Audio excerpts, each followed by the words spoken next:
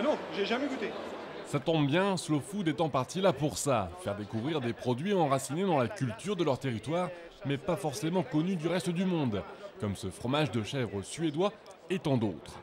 Alors, pour les mettre en valeur, l'association coordonne 350 sentinelles dans 53 pays du monde. Les projets Sentinelles sont des projets que Slow Food développe, conçoit pour sauvegarder la biodiversité alimentaire, mais aussi sauvegarder des traditions, des savoir-faire, des recettes et des cultures gastronomiques.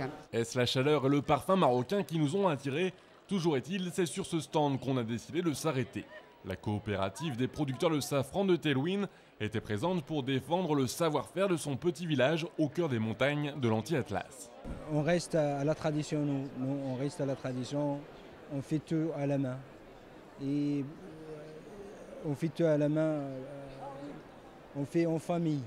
Toute la famille aille à les champs pour cultiver, pour accueillir les fleurs.